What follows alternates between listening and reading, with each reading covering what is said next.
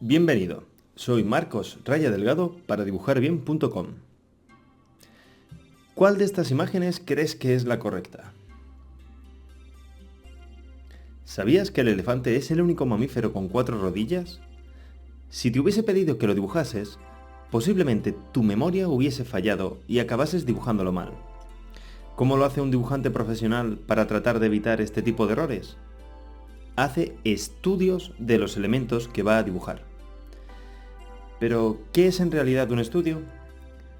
Un estudio es un ejercicio que se realiza para entender, reforzar y mejorar áreas en las que tengas más debilidades a la hora de dibujar para poder hacerte un dibujante más completo y evitar fallos en tus dibujos. Algunas personas creen que todo lo que se dibuja sale de la mente, y está claro que es muy importante saber dibujar desde la imaginación, pero antes de eso has de haber hecho muchos estudios.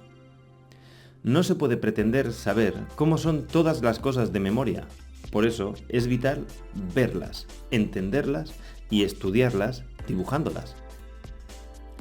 Antes de llevar a cabo una ilustración compleja, en la que puedan aparecer materiales que no has dibujado antes, iluminaciones, anatomías, etc., es obligatorio buscar buenas referencias y hacer un estudio individual de esos nuevos elementos.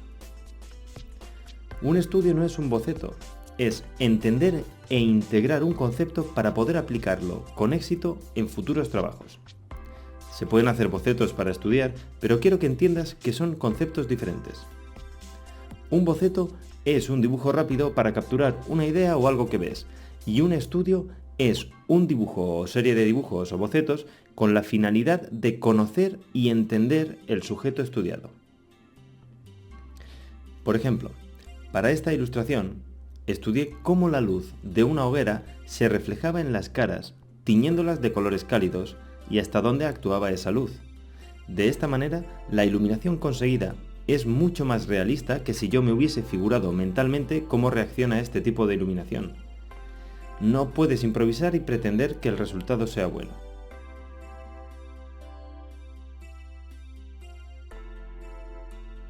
¿Y cómo se hace un estudio?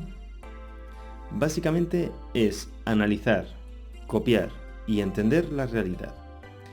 Dibujando se llega a un conocimiento más profundo de las cosas que si solo las miras sin hacer nada más.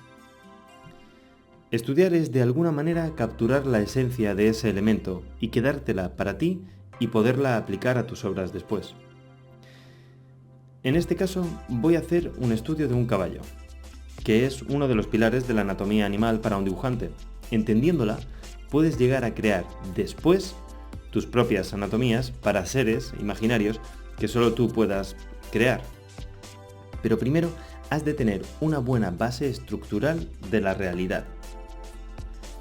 Para la ocasión, usaré fotos de mi último viaje.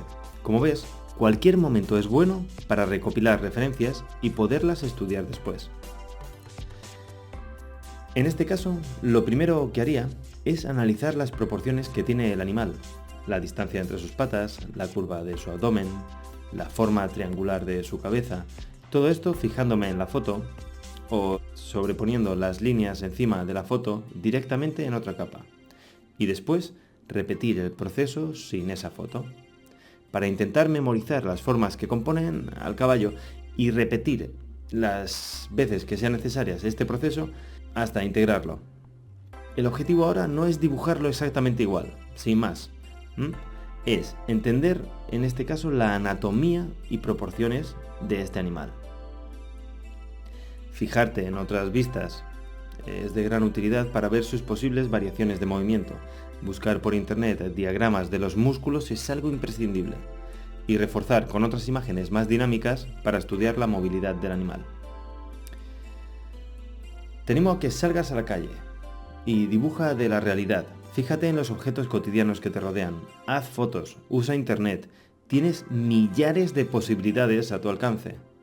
Ponte ya a estudiar y verás cómo sí sube tu nivel de dibujo. Hay ejercicios por hacer en la web. Visítala. Y gracias por dibujar bien.